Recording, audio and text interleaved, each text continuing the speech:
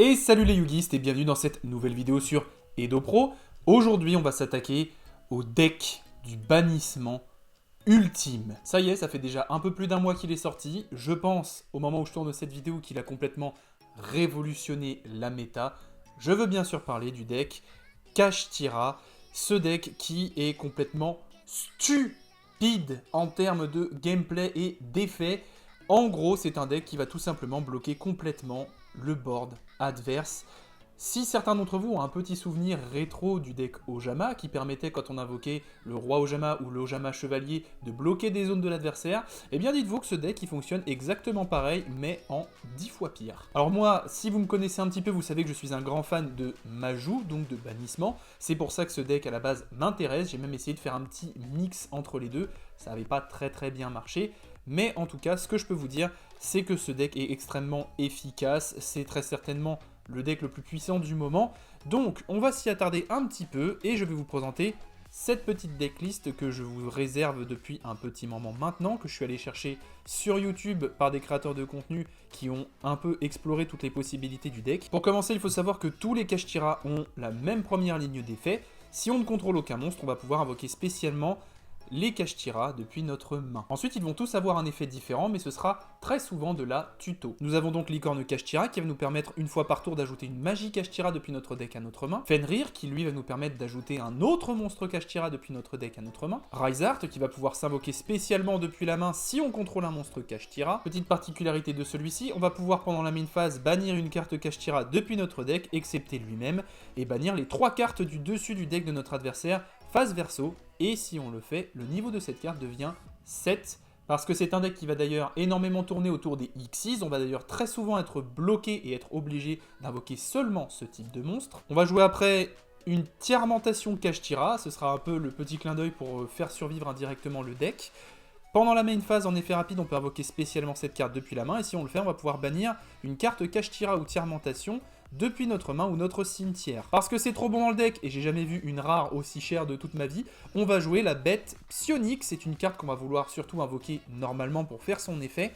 Lorsqu'il est invoqué normalement, on peut retirer du jeu un monstre de type psychique depuis notre deck. Le niveau de cette carte devient le niveau du monstre. Avec la bête psionique, on va donc retirer du jeu la Licorne Kashtira, vu qu'elle est aussi psychique. Et comme ça va devenir un niveau 7 qui va nous permettre d'accéder plus facilement à nos Xyz. En termes de end-trap, et parce que le deck se fout complètement d'avoir des cartes bannies, on va jouer le Migrateur Dimensionnel en 3 exemplaires. Cette carte qui fait bien trop mal à la méta, surtout à Tiarmentation. On va ensuite jouer la meilleure end-trap, peu importe le format, c'est bien sûr Ash Blossom, Floraison de Cendre et Joyeux de Printemps qui va empêcher la tuto ou d'autres choses. Pour ce qui est des magies, on va jouer le talent des triples tactiques, tout simplement parce que l'adversaire va énormément vouloir nous interrompre dans nos plays pendant notre tour. Et si c'est le cas, eh bien on va pouvoir soit piocher 2 cartes, soit prendre le contrôle d'un de ces monstres, soit regarder sa main et lui en défausser une carte à mélanger dans le deck. C'est vraiment très fort. Pour rentrer un peu dans les magies de l'archétype, on va jouer 3 Kashtira Papillas, qui ne s'appellera peut-être pas comme ça d'ailleurs chez nous. J'ai vu passer aussi Kashtira Théosis, mais bon, on verra. En tout cas, tout ce que je peux vous dire, c'est que c'est une excellente magie pour l'archétype. Elle nous dit tout simplement qu'on va pouvoir cibler un monstre Kashtira qu'on contrôle, et invoquer spécialement un autre monstre de l'archétype avec un attribut différent depuis notre deck en mode défense. Et là vous voyez sur la suite de l'effet que ça va bien nous préciser qu'après on ne pourra pas invoquer spécialement de monstres depuis l'extra deck le reste de ce tour, excepté des monstres Xyz, c'est donc un deck vraiment centré sur ce type de carte en extra deck. Et enfin, parce qu'une carte doit bien faire plusieurs choses pour que ce soit intéressant, si elle est bannie depuis notre cimetière dans notre zone de bannissement, on va pouvoir cibler une carte bannie Kashtira excepté elle-même et l'ajouter à notre main, donc ça va nous permettre de recycler nos monstres ou nos ressources les plus importantes. Après, basique, simple, efficace, on va jouer une terraformation, tout simplement pour aller chercher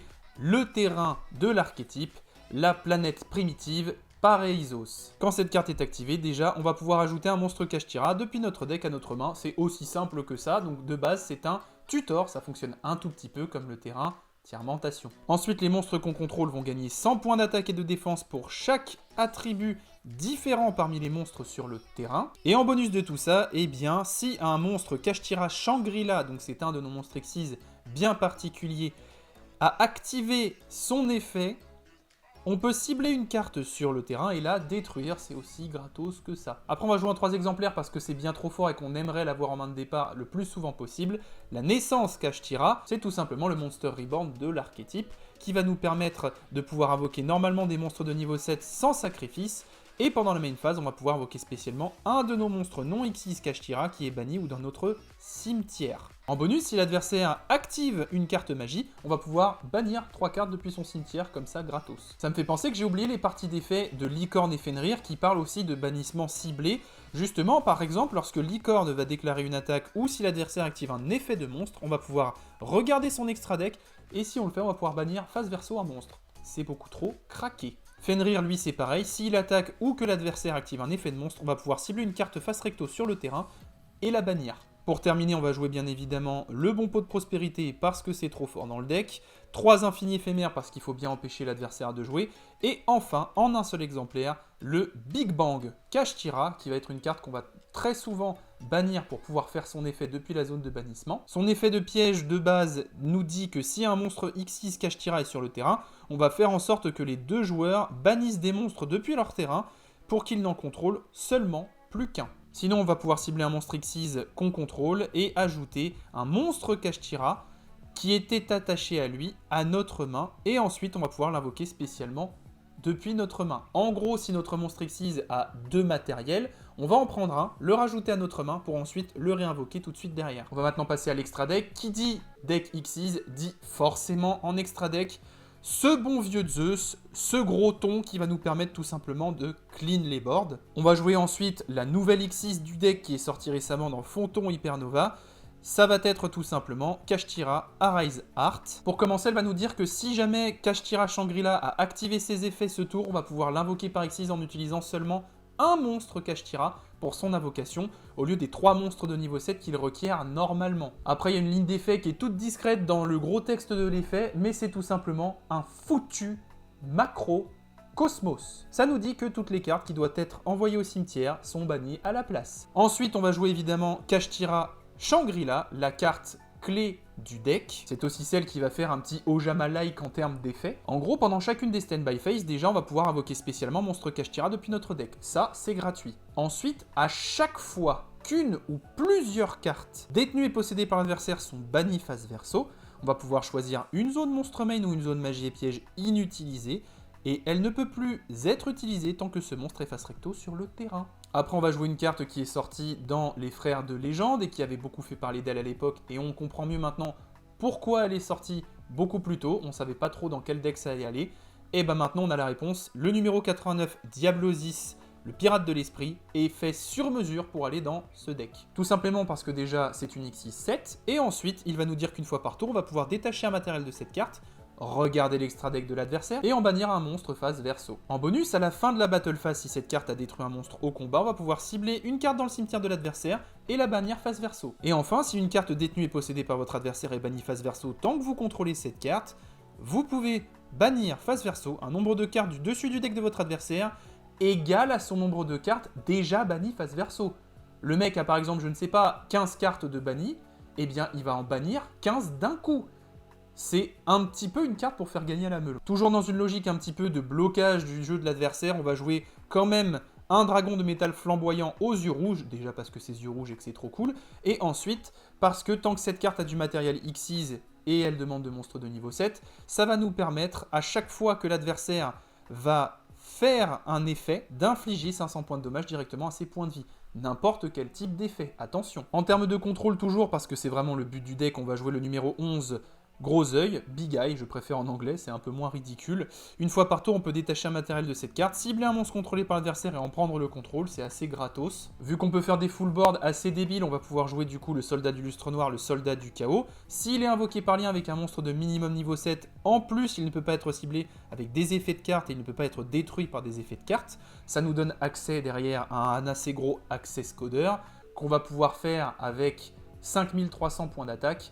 Et en plus, on va pouvoir péter des cartes sur le terrain adverse, donc ça c'est plutôt fort. On va jouer les charmeuses du vent et de la terre tout simplement pour récupérer notre Fenrir ou notre licorne en cas de besoin si on commence à être à court de ressources. Vu qu'on joue Access Coder, moi j'ai décidé de jouer le brouilleur de mise à jour qui va nous permettre de faire un bel OTK avec Access Coder au cas où il risque de ne pas le voir venir.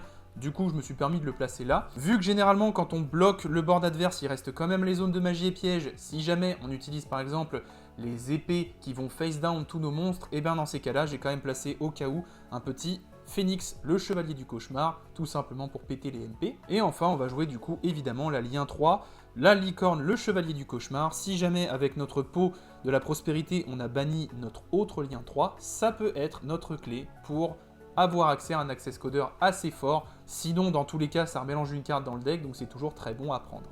Je vais vous passer le side de deck parce que de toute façon on fait jamais 3 matchs sur EdoPro, on n'en fait qu'un seul à chaque fois. Mais voilà, vous avez un petit peu vu la decklist et le but du deck. Sur ce, moins de blabla, plus de combat, on va aller en ligne et on va essayer de casser des bouches avec le deck Kashtira. On va essayer de go first, malheureusement on n'a pas la chance de le faire décidément. Alors notre main de départ elle est excellente, elle est incroyable. On a notre terrain pour aller tuto. On a Papillas pour tout de suite faire un autre Kashtira. Et on a Naissance qui va pouvoir nous permettre de reborn. Et en face, ça joue encore du Generator, yes. Bon, on va voir ce qui va se passer. Alors, nous, on va se contenter de jouer notre plan de jeu. On va voir ce qui va se passer. On va activer notre planète. On va espérer que ça passe. En réponse, évidemment, il vient de faire l'effet de l'Optre pour faire venir Ar, le boss Generator des tempêtes. On va quand même ajouter un Kashtira depuis notre deck à notre main, on va aller chercher Rysart. Du coup, effet de Har, évidemment, il va vouloir nous dégager un monstre. On va dégager Fenrir, tout simplement parce qu'on n'a pas besoin de lui. On va invoque spé, du coup, notre licorne en mode attaque. Il vient de nous faire, du coup, un effet de Trias Hierarchia, je connais pas trop. Alors, durant la main phase, effet rapide, si cette carte est dans votre main ou cimetière, vous pouvez sacrifier max 3 monstres elfes, invoquer spécialement cette carte, puis vous pouvez appliquer les effets suivants dans l'ordre du nombre de monstres sacrifiés, 2 détruisez une carte contrôlée par votre adversaire, 3 piochez 2 cartes, il en a pété 3, du coup il a eu les deux. Il a détruit ma licorne et en plus il a draw 2, c'est très très fort. Du coup, là où on est avantagé, c'est qu'on va jouer Naissance Kashtira. Ça va nous permettre de reborn un des deux Kashtira qu'il a géré depuis tout à l'heure. Donc on va activer Naissance Kashtira pour ramener notre licorne et pouvoir quand même faire son effet. Du coup on va tenter de faire passer effet licorne. Lui il vient de nous répondre avec arrêt pour annuler détruire. Encore une fois. Du coup on va faire une invoque norme de Rysart Kashtira, heureusement qu'il nous reste lui. On va jouer du coup Papillas qui est notre dernier recours. Ça va nous permettre du coup de spé Fenrir depuis notre deck. Effet de Fenrir, on va du coup aller chercher une autre Kashtira, on va aller chercher la Tierlementation Kashtira. On va activer son effet qui va nous permettre de la spé et en échange de bannir une carte depuis notre main ou notre cimetière. On va bannir bien sûr Papillas qui a aussi un effet quand il est banni. On va activer l'effet du coup de Tierlament Kashtira qui va nous permettre d'envoyer les 3 cartes du dessus du deck de l'adversaire au cimetière. Ça va lui envoyer quelques ressources ailleurs. On va ensuite invoquer spécialement notre Shangri-La Kashtira parce que c'est quand même le but du deck. On va maintenant activer l'effet de Kashtira Rysart. On va bannir le Big Bang dans notre cimetière pour bannir les 3 cartes du dessus du deck de l'adversaire. Et en chain, on va faire effet 1, Shangri-La Kashtira pour bloquer une zone. Et effet 2, effet de Big Bang qui va du coup s'activer. On va cibler notre Kashtira Shangri-La et ajouter depuis notre main le Fenrir qui lui était attaché pour derrière le spé. C'est ce que je vous expliquais tout à l'heure, c'est extrêmement fort. Ça va pouvoir nous permettre de derrière refaire une X6-7. Là, vu qu'il y a des trucs à péter, on va faire l'effet du terrain pour péter l'autre terrain en face. C'est après tout la carte clé du deck. On va ensuite se permettre de faire un petit Arise Art par-dessus un de nos monstres Kashtira. Et derrière, on va taper à 2007 avec notre Fenrir. Donc vous voyez qu'il y a quand même vraiment pas mal de réponses et de gestion. Le deck, il a réussi à se faire gérer 3 ou 4 fois en début de partie et il est quand même toujours debout. On se retrouve avec un board assez solide, c'est quand même vraiment pas mal. On va partir en end phase là-dessus et au début de son prochain tour à la stand-by, on va pouvoir spé notre licorne grâce à l'effet de Shangri-La Kashtira et hop, on va faire revenir une petite licorne juste en dessous. On va faire du coup l'effet de planète Paraisos. Vu qu'il y a un monstre Kashtira qui a activé ses effets, on va pouvoir péter sa face down et du coup comme ça, on a clear tout le board. Effet, vu qu'une carte a été bannie, on va pouvoir à nouveau l'attacher. Donc on va réattacher, je ne sais pas, le Big Bang par exemple. Ça va permettre de recycler la ressource. Effet du coup de la naissance Kashtira, vu qu'il a activé sa terraformation qui est une magie. On va pouvoir bannir 3 cartes de son cimetière. On va bannir évidemment toutes ses ressources Generator. Hop là. Et du coup, vu que des cartes ont été bannies, on va faire l'effet de Shangri-La Kashtira pour lock encore plus de zones. Hop. On va pouvoir encore attacher du matos. Ça commence à faire beaucoup, hein. 7 matériels, c'est vraiment pas mal. Niveau boss Generator vient d'être activer du coup effet de Rise Art. On va pouvoir détacher 3 matériels et bannir une carte sur le terrain. Donc on va dégager son terrain évidemment. On va enlever nos ressources Kashtira et on va envoyer le Trias Hierarchia et on va dégager du coup son niveau boss Generator qui est beaucoup trop dangereux. Effet du coup, encore une fois, vu que des cartes sont bannies, eh bien on va encore attacher des cartes bannies comme matériel. On va chain évidemment notre petit Shangri-La Kashtira. Et enfin, on va rechain notre Big Bang vu que c'était au tour précédent qui va permettre encore une fois de cibler un matériel attaché à notre Shangri-La Kashtira et le récupérer en main pour tout de suite derrière le respect. C'est vraiment très très fort. Hein. On va se réattacher le Big Bang, comme ça quand on l'aura détaché, eh bien ça va encore faire les effets. Là, on va faire du coup l'effet de notre Tearlamon Kashtira. Ça va nous permettre d'envoyer les 3 cartes du dessus du deck de l'adversaire au cimetière. Elles sont bannies à la place. Donc effet Rise Art encore. Vous voyez la boucle, comment elle est incroyable. On va attacher Papillas. Vu qu'il fait l'effet de son niveau boss Generator, on va choisir d'activer l'effet de notre Tearlamon depuis la main. On va encore une fois en spé une deuxième. Et on va bannir notre licorne qu'on va pouvoir reborn avec naissance au prochain tour. Donc il y a beaucoup de choses à faire, il y a beaucoup de choses sur lesquelles il faut rester à l'affût avec ce deck. Donc il faut faire vraiment attention à ça. Là, ça va commencer à être compliqué pour lui, je pense. On va attacher notre naissance à notre Rise Art. Là, ce qui va être compliqué pour lui, c'est que vu qu'il a plus que 2 zones monstres, eh bien il va pas pouvoir faire ses tokens et il va être obligé de sacrifier ses monstres. Donc là, invocation spéciale réussie, effet de Fenrir, on va pouvoir bannir son niveau boss Generator, et effet de licorne, on va pouvoir aller chercher dans son extra deck pour encore une fois lui bannir une carte. On va bannir le boss Generator, après tout c'est la carte clé. On va encore une fois activer l'effet de Rise Art pour attacher, et en chain on va activer l'effet de notre Kashtira Shangri-La pour bloquer des zones. Et ce, 2 fois, vu que des cartes ont été bannies à 2 reprises. Le talent des triples tactiques. Bon, écoutez, tant qu'on a notre naissance Kashtira, de toute façon, on est bien, donc on va l'activer. On va du coup invoquer spécialement notre licorne, on va repartir en combo, c'est pas très très grave. Effet de la licorne, du coup, on va aller chercher, j'espère qu'il en reste, un Papillas, voilà, très bien. Effet de Papillas, du coup, on va cibler notre licorne pour invoquer spécialement un attribut différent. On va bien sûr aller spé, du coup, un petit Fenrir. Effet de Fenrir, on va aller tuto le peu de Kashtira qui nous reste dans notre deck, donc on va aller tuto notre petit Rise Art qu'on va pouvoir refaire derrière.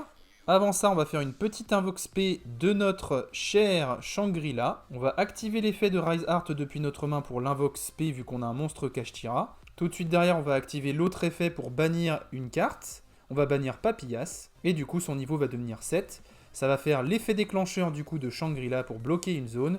Et en chain, on va faire l'effet de Papillas. Ça va nous permettre de ramener à notre main, on va ramener une licorne. Du coup, effet de la planète, on va pouvoir péter son boss vu que un monstre Kashtira Shangri-La a activé son effet. On va du coup faire une invoque spé de notre dernier Rise Art par-dessus notre petit qui a pris le niveau 7.